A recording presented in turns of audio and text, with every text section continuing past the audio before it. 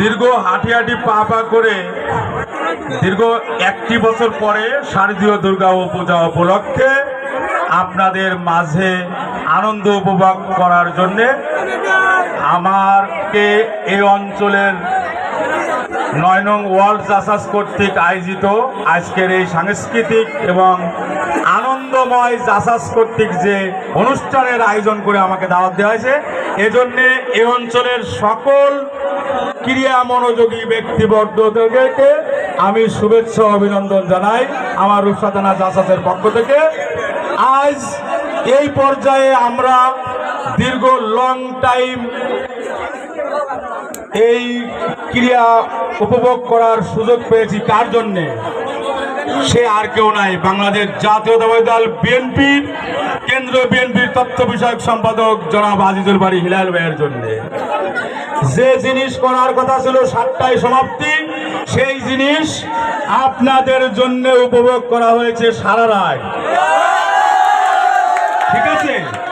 এবং এই অঞ্চলের সকল যুব সমাজ, যারা দেশনায়ক জনাব তারেক রহমানের একটাই বক্তব্য, তারুণ্যর প্রথম ভোট ধানের শীষের জন্য, ঠিক কিনা? এবং দেশনায়ক তারেক রহমানের জন্য এবং আজিজুল বারী হিলাল ভাইয়ের জন্য আজ যে আমরা আনন্দ ভোগ করবো সারা রাত, এবং বিশালভাবে আনন্দ করবেন আপনারা।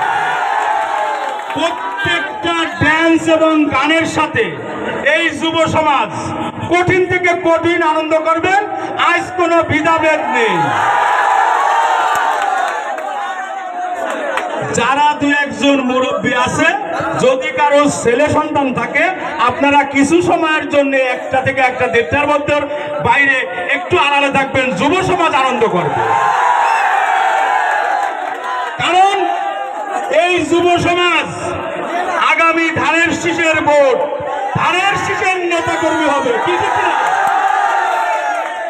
আজ যারা ছোট বাচ্চা শিশু কমলমতিরা, এদের আন্দোলনের ফসল হচ্ছে বাংলাদেশ জাতীয়তাবাদী দল বিএনপি। তাই এই সমস্ত যুব সমাজ যেহেতু আগামী দিনে ধানের শীষের নেতৃত্ব দিবে, তাই ওরা আজ শারদীয় দুর্গাপূজা উপলক্ষে আজিজুল বারী হিলাল ভাইয়ের নির্দেশে সারা রাত আনন্দ করবেন। যাই হোক, আমি সাধারণ লস্কর, আপনাদের এই অঞ্চলের মানুষ, আমি সবসময় আপনাদের পাশে আছি, ভবিষ্যতে থাকবো। আজ আপনাদের মাঝে এখানে উপস্থিত আছেন বাংলাদেশ জাতীয়তাবাদী দল রূপসা থানা বিএনপি বিপ্লবী যুগ্ম আহ্বায়ক হুমায়ুন কবির শেখ, এখানে উপস্থিত আছেন বাংলাদেশ জাতীয়তাবাদী দল আগামী দিনে স্বেচ্ছাসেবকের প্রেসিডেন্ট হবে বলে আমরা আশা করি, প্রত্যাশী মুস্তাইন শেখ। হ্যাঁ, তাই মুস্তাইন শেখ উপস্থিত আছেন বিএনপি নেতা আমজাদ শিকদার সহ, এখানে উপস্থিত আছেন জাসাসের অমিত, আশিস এবং মিন্টু।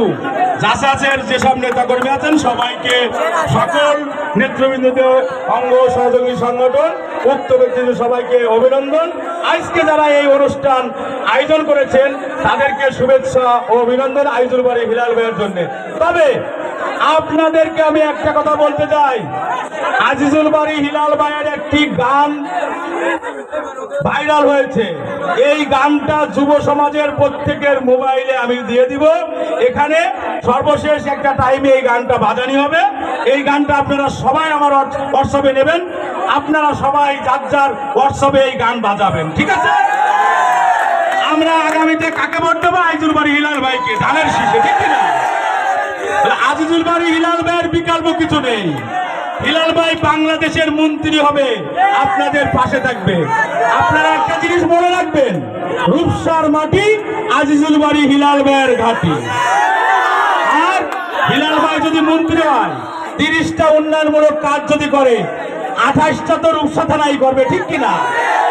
এবং হিলাল ভাইয়ের প্রত্যাশী এই যুব সমাজ যারা বেকার আছেন, সকলকে হিলাল ভাই কর্মসংস্থানের ব্যবস্থা করবেন।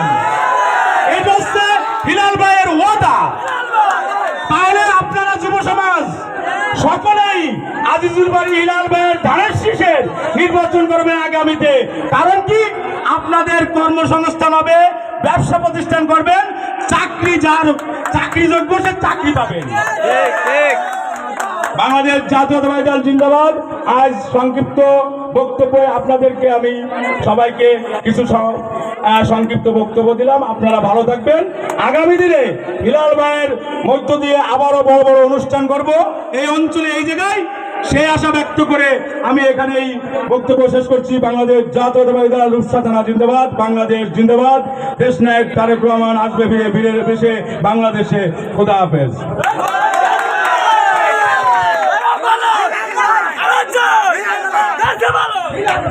এরপরে